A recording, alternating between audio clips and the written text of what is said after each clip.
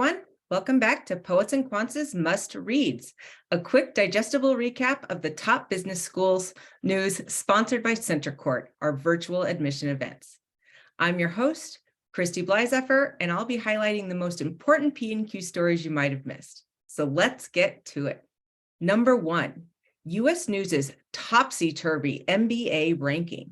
In a year in which U.S. News has revamped the way it ranks MBA programs, the fearsome threesome, wildly considered the best business schools in the world, find themselves mere also-rans.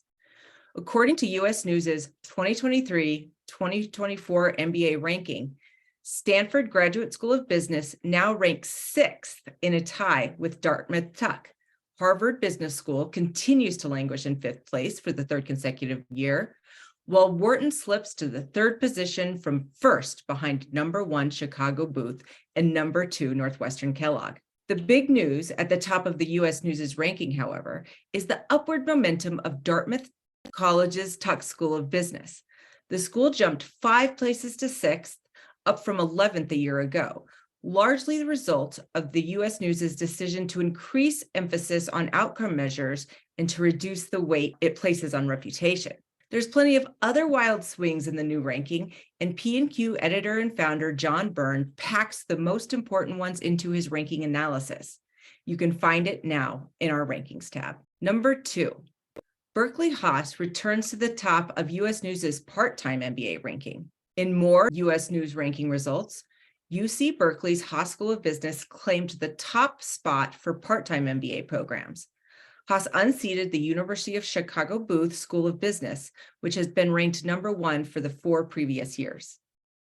U.S. News' business school rankings were delayed about a week in response to unprecedented outcry among the ranked schools. The part-time list revealed more noteworthy changes among the top-tier programs than it has in many years, including a change at the top for the first time since 2018. You can see the full part-time MBA list and our analysis of what it all means now on our homepage.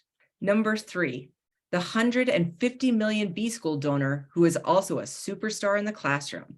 Most business schools are either named after someone who is long dead and gone, or an elderly wealthy person who occasionally drops in for a random cocktail reception. Not Larry Gies. On a recent spring evening at exactly 6 p.m., he was taking the stage at the Deloitte Auditorium at the University of Illinois College of Business, which bears his name.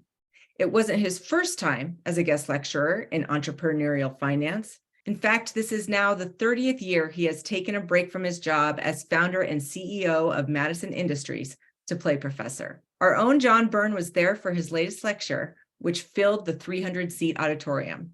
You can read his insider view from our trending tab. Number 4, our weekly roundup of news you can use. No matter where you are in your MBA journey, we bring several helpful stories for you this week.